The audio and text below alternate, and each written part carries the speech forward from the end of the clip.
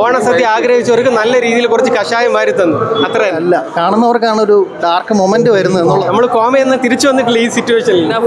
തീർന്നു കിട്ടിയാൽ മതി എന്നുള്ള രീതിയിലാണ്. പക്ഷേ കണക്ട് ആവുന്നില്ല ഓഡിയൻസുമായിട്ട്. ലോകിക്ക് ടിക്കറ്റ് കിട്ടിയില്ലെങ്കിൽ വന്ന് കാണാം. സെക്കൻഡൊക്കെ സൈഡിലേക്ക് മാറ്റി നിർത്തിയിട്ട് കണ്ടിരിക്കേണ്ട ഒരു സിനിമ.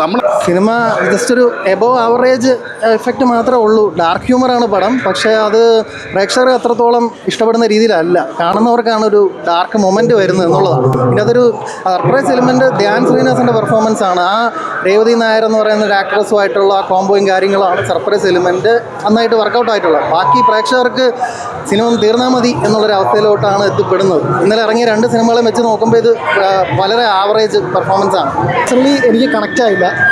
ഇപ്പം ഒരു 2 hour-ആയിട്ട് അവർ ഈ പറഞ്ഞ പോലെ ഒരു കാർട്ടൂണിഷ് കാരിക്കേച്ചർ ഫിലിമാണ് അവർ ഉദ്ദേശിച്ചത്.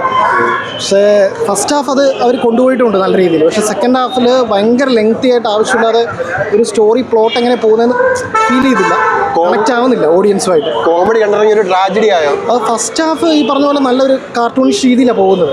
പക്ഷേ സെക്കൻഡ് ഹാഫ് അങ്ങോട്ട് തീരെ ഇമോഷൻ സീൻസ് ഒക്കെ ഉണ്ടായിരുന്നു. ഒന്നുമില്ല, കണക്റ്റ് ആവുന്നില്ല. എന്തിനാണ് സ്റ്റോറി ലൈൻ വേണ്ടത്? ഒരു ബേസ് സ്റ്റോറി ലൈൻ ആണല്ലോ. നമ്മളിപ്പം റിച്ച് ഫ്രെയിംസ്, ഒരു ആർട്ട് ഡയറക്ഷൻ ഒക്കെ ചെയ്തിട്ട് കാര്യമില്ല. നമുക്ക് നല്ലൊരു സ്റ്റോറി ലൈൻ എന്തെങ്കിലും ഒന്ന് കൊണ്ടുവരും. ഇപ്പം ഞണ്ടുകളുടെ നാട്ടിലാണ് പുള്ളി കഴിഞ്ഞ ഫിലിം. അതിനകത്തൊരു ബേസ് പ്ലോട്ട് ഉണ്ട് ഫസ്റ്റ് തന്നെ. പക്ഷെ അങ്ങനെ ഒരു സാധനം പുള്ളിക്ക് കൊണ്ടുവരാൻ പറ്റി.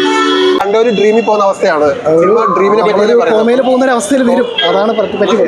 എനിക്കത്ര വർക്കായില്ല പടം. ഫസ്റ്റ് ഹാഫ് കണ്ടുകൊണ്ടിരിക്കാം, കോമഡി ഉണ്ട്. ലാലിന്റെ പോർഷൻസ് കുറച്ചും കൂടെ ബെറ്റർ ആയിട്ട്. ഫഹദൊക്കെ ഒത്തിരി ഓവറായിട്ട് ആക്ട് ഉണ്ട്. സെക്കൻഡ് ഹാഫ് ഒക്കെ തീർന്നു കിട്ടിയാൽ മതി എന്നുള്ള രീതിയിലാണ്. പക്ഷേ സ്റ്റോറി ടെല്ലിംഗ് കൊള്ളാം, കണ്ടോണ്ടിരിക്കാം. ഫഹദ് പക്ഷെ ഭയങ്കര ഓവർ ടൈപ്പ് ആയിരുന്നു. കുറച്ച് സെക്കൻഡ് ഹാഫിൽ ഇമോഷൻസ് ഒന്നും കണക്ട് ആയില്ല. കണക്ട് ആവുന്നുണ്ട്. ആ ഒരു ലവിന്റെ റൊമാൻസിന്റെ ഒക്കെ ഇഷ്ടപ്പെടുന്നുണ്ട്. പക്ഷെ ഫഹദ് കുറച്ചൊന്ന് എല്ലാവരും ഭയങ്കര നാച്ചുറൽ അല്ല, ഭയങ്കര ഫാന്റസി വേൾഡിൽ ഇരിക്കണമല്ലോ ഫീൽ. കുതിരയല്ല, ഓടും കഴുത എന്ന് തന്നെ പറയണം. മനസ്സിലായ അതിൽ ഒരു ഡൗട്ടും ഇല്ല. ആ ഓണത്തിന് എല്ലാവരും ഒരു സദ്യ ആഗ്രഹിക്കും. നിങ്ങൾ കഷായം കുടിച്ചിട്ട് തിരിച്ചു പോകാം. നമുക്ക് അല്ല, ഞാൻ ചോദിക്കട്ടെ, ഫസ്റ്റ് ഹാഫിലും ഇല്ല സെക്കൻഡ് ഹാഫിലും ഇല്ല. ഈ പടത്തിൽ ഫഹദ് ഫാസ് വളരെ മോശം. കാരണം എന്താ, ഇത്രത്തോളം ഒരു മ്ലാച്ഛമായിട്ടുള്ള ഒരു അഭിനയം പല രീതിയിലും നമ്മളെയൊക്കെ ചിന്തിക്കുകയും ചിരിപ്പിക്കുകയും സൈക്കോ റോളൊക്കെ ഹാൻഡിൽ ചെയ്തിട്ടുള്ള ഫഹദ് ഇത്തരത്തിൽ വരുത്തി തീർക്കാൻ ശ്രമിച്ച കുറേ കാര്യങ്ങൾ നമുക്കൊന്നും ഒരിടത്തും എഫക്റ്റ് ആയിട്ടില്ല. നെവർ എവർ ഇത് ആര് ചെയ്ത് കഴിഞ്ഞാലും ഈ പടമേ ഇതേ റിസൾട്ട് തന്നെ വരത്തുള്ളൂ.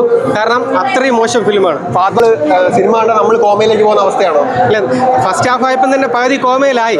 കാരണം എന്നറിയാമോ, ബാക്കി ഇനി നിങ്ങളും കൂടെ ജനങ്ങളും കൂടെയാണ് പറയേണ്ടത്. കണ്ടിട്ട് നമ്മൾ കോമയെന്ന് തിരിച്ചു വന്നിട്ടില്ല ഈ സിറ്റുവേഷനിൽ. വെറും ഒന്നുമില്ല ഇതിനകത്ത്. ഇമോഷണൽ സീനായിട്ടോ കോമഡി ആയിട്ടോ എടുത്തു പറയാൻ വേണ്ടി ഒന്നും തന്നെ ഇല്ല.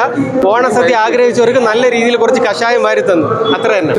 പടം കുഴപ്പമില്ല. ഇതെന്ന് വെച്ച് കഴിഞ്ഞാൽ എല്ലാ കഥാപാത്രങ്ങളും ഒരുമാതിരി എക്സെൻട്രിക് ആയിട്ട് പെരുമാറുന്നത്. അങ്ങനെ വളരെ ചുരുക്കം സിനിമകളിലൊക്കെ നമ്മൾ മലയാളത്തിൽ കണ്ടിട്ടുള്ളത്. അതായത് പെട്ടെന്ന് വരുമ്പോഴത്തേക്കും എന്താ പറയുക, നമ്മൾ ലോജിക്കൊക്കെ സൈഡിലേക്ക് മാറ്റി നിർത്തിയിട്ട് കണ്ടിരിക്കേണ്ട ഒരു സിനിമ. നമ്മൾ ആ ഒരു മീറ്റർ പിടിക്കണം. എന്ന് കഴിഞ്ഞാൽ മാത്രമേ ഈ ഒരു സിനിമ എൻജോയ് ചെയ്യാൻ പറ്റത്തുള്ളൂ. പിന്നെ ഒരു ഫസ്റ്റ് ഹാഫ് നല്ല രീതിയിൽ പോയിട്ടുണ്ട്. സെക്കൻഡ് ഹാഫിൽ കുറേ ഇടത്തൊക്കെ ഒരു ചെറിയൊരു ലാഗ് അടുപ്പിക്കുന്ന ഒരു കാര്യങ്ങൾ വന്നിട്ടുണ്ട്. അപ്പോൾ നമ്മൾ ഈ ഒരു, ഞാൻ പറഞ്ഞ പോലെ ഈ ഒരു എക്സെൻട്രിക് അല്ലെങ്കിൽ ഓവർ ദ ടോപ്പ് ആയിട്ട് പെരുമാറുന്ന കുറേ കഥാപാത്രങ്ങൾ എടുത്ത് പിന്നെ അതിൻ്റെ ഇടയിലേക്ക് ഒരു റിയൽ ലൈഫിലേക്ക് പോകുന്ന ആ ഒരു സിറ്റുവേഷൻസ് പിന്നെ വീണ്ടും തിരിച്ച് ആ ഒരു പാറ്റേണിലേക്ക് കൊണ്ടുവരിക. അങ്ങനെ മാറി മറിഞ്ഞ് ഇങ്ങനെ പോയി അവസാനിക്കുന്നതാണ്. അപ്പോൾ നമ്മൾ തീർച്ചയായിട്ടും ഇതൊരു വ്യത്യസ്ത ട്രീറ്റ്മെൻ്റ് ആണ്, വ്യത്യസ്ത ഒരു ഇതാണ്. പിന്നെ ലോജിക്ക് ഒന്നും നോക്കി വെച്ചിട്ട് ഈ സിനിമ കാണാൻ പറ്റും.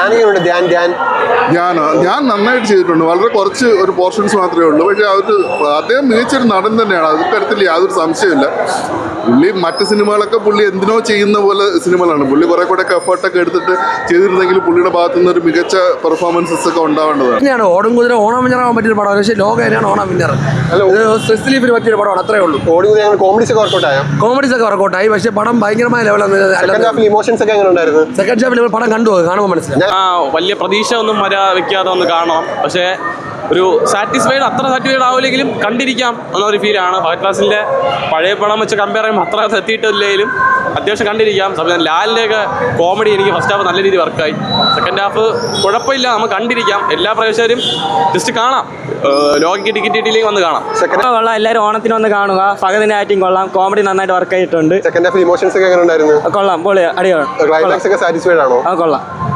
ബ്രോ ഫഹദിനെ കാണാൻ വേണ്ടി വന്ന് കാണാം, ഓക്കെയാണ്, കുഴപ്പമൊന്നുമില്ല, അത്യാവശ്യം കണ്ടിരിക്കാം, അത് തന്നെയായിരുന്നു. കോമഡീസ് ഒക്കെ വർക്കൗട്ട് ആയോ? കേട്ടില്ല. ആ കല്യാണി നല്ല ആക്ടിങ് ആയിരുന്നു, കുഴപ്പമില്ല. ഫഹദും കല്യാണിയും ഏകദേശം നല്ല ഒരു മാച്ചപ്പ് ആയിട്ട് പോയിട്ടുണ്ട്. ആ കുഴപ്പമില്ല. ആ ചിരിച്ചു. കരയാൻ പറ്റിയ സെക്കൻഡ് ഹാഫ്? അത്രയൊന്നും പോയില്ല, കരയാനുള്ള ഒരു വകുപ്പൊന്നും പോയില്ല, എന്നാലും ഓക്കെ. ആ ചിരിച്ചു. കല്യാണി ഫഹദ് ഫാസിൽ കോംബോ ഒക്കെ എങ്ങനെ ഉണ്ടായിരുന്നു? ആ വർക്കായി. വിനയ് ഫോർട്ട് എങ്ങനെയുണ്ട്? വിനയ് ഫോർട്ട് ആ പുള്ളി കുഴപ്പമില്ല, ഏകദേശം ഓക്കെ.